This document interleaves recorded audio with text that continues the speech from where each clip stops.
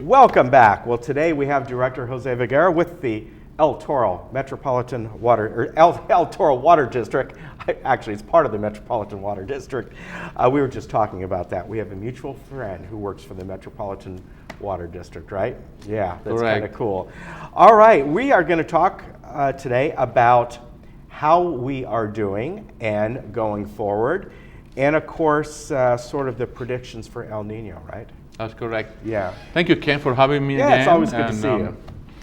Well, it's been already a few months since the governor instituted some of the regulations that we need to go by.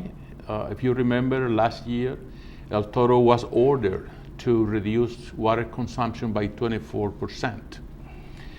The baseline used to measure this was June of 2013 through February of 2014. Right. So since June of last year, we've been measuring, monitoring, and reporting to the state how much water we have been saving.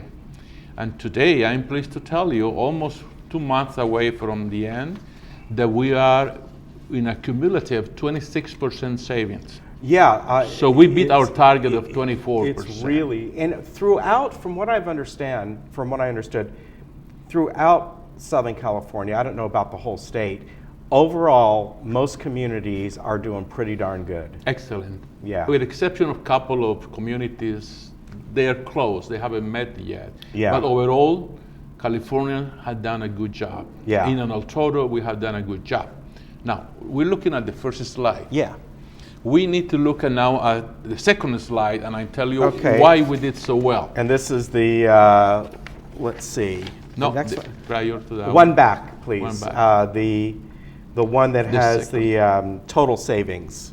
Is that it? Yeah, that's the first one. Okay. Oh, there we go. That's correct. That's this the one. Thank you.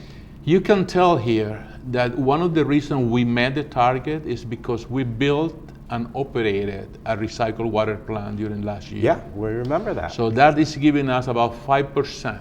Okay. Without that plan, we would have been in trouble to meet the deadline or the target.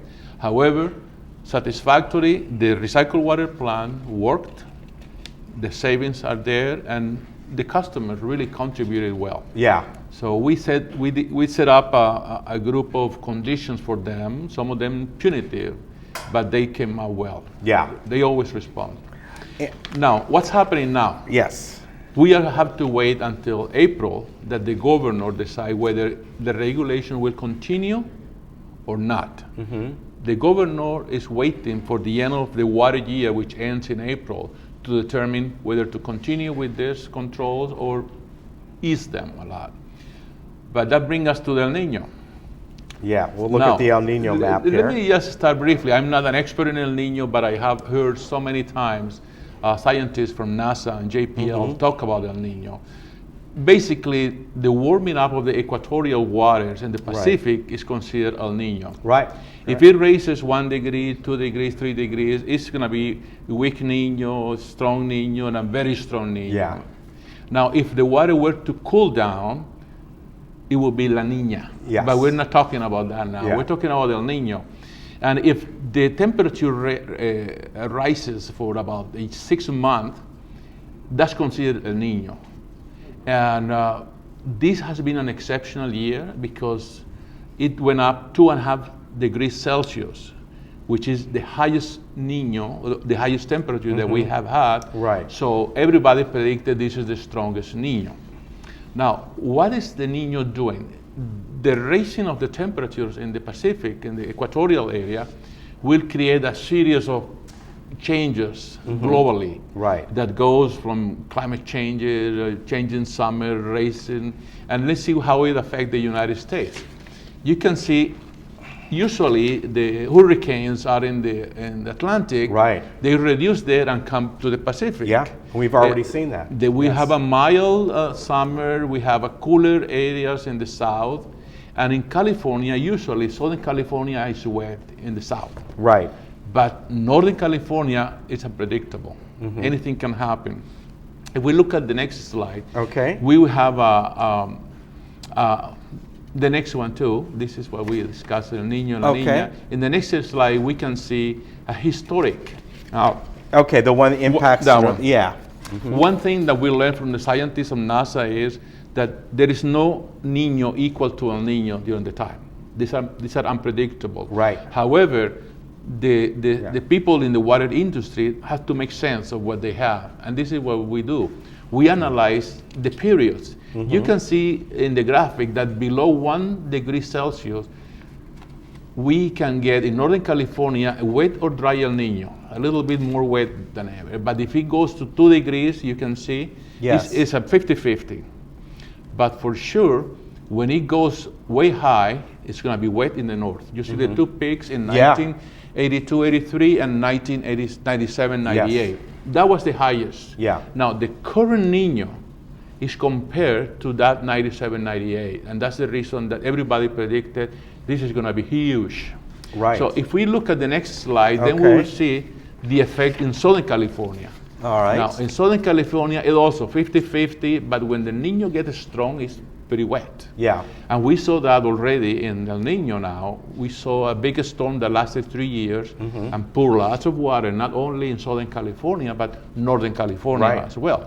So we have a good sense of snow this year. Yeah. Now, is that enough? No, because we have been through 6-7 years of drought, and we have basically exhausted some of our reservoirs. We need lots of these El Nino storms to fill them back. Now, we hope that between now and April, we're going to have more storms. Right. We need them. Now, the sad news is that the temperature started going down, the temperature of the water. That meaning El Nino is telling us it's going to be leaving soon. Yeah. So he better leave us some water and snow before he leaves. Well, the good news is so far, I don't know exactly what the snowpack is up in the Sierras, but it's, they're getting snow this weekend. It's certainly better than what it has been, and that's where we need it, right? Yeah, And they were that's- going to measure it, but it Yeah. was snowing, so they didn't go there and measure. But I think in April we have a definitely last measurement, and Yeah. that will tell us how big is the snowfall. Yeah, So exactly. One of the things that we can tell from El Nino is we cannot predict it. Right. It may come and go, and anything that we said about it doesn't happen. We have this Nino being one of the strongest, similar to the 97, 98. And there was a high pressure northern of Alaska, that area, that was stopping El Nino for a while. They called that the blob. Okay. That was the story between the Godzilla, El Nino, and the blob. But seems that El Nino is getting some terrain, and as long as that high pressure stays there, El Nino won't bring the water. Okay. So So that's it- what we're hoping for. That's what we're hoping, that blob, Yeah. reduces a little bit. Now, we have had good precipitation and snow in Northern California. That's good, because as you know, the snow stays there until the summer Exactly. and melts little by little. That's when we need it. We have reservoirs to fill, and better be snow than water. Now, everything in Southern California now is being prepared. People are being prepared to capture the water when it rains.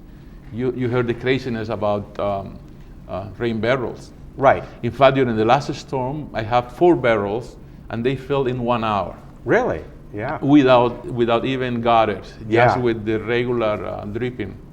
So that was interesting. Yeah, I'll have to look at mine. I have a rain barrel. I haven't looked at it. So we are. The future looks a little bit better Yeah. than last year. Hopefully, in April, we'll have a complete definition from the governor whether Yeah, yeah. we continue with this measurement or not. Yeah, or maybe something in between. Something in between, a compromise. I think that's what I'm what's thinking. probably going to Yeah. happen. Yeah, maybe instead of keeping the reductions we have, whatever it is, kind of lowering them a little bit. But I have a feeling it'll be something there, but maybe not quite. Well, one thing we'll see. that always happens when this kind of regulation and the drought is that we learn our lesson and we become more efficient. Yeah. And hopefully we'll retain in the memory how we got here. Yeah. So we continue saving water. Exactly. All right, great information. We always appreciate you coming by, bringing the slides. Okay, Ken, thank you. And there you are, folks. We'll wait and see what this brings. And as you said, April is really going to be kind of telling for us, won't it? Yeah. Yeah, well, hopefully this continues, right? The El Nino. Oh, I'm praying every day for snow. Yeah. So. All right, hey, it's good to see you. And El Toro Water District, you can go online and check them out, etwd.com, and get information there and see how we're doing, right? Hey, good to see you. Okay, as thank you, always. Ken. Thank you for the invitation. All right, we'll be right back.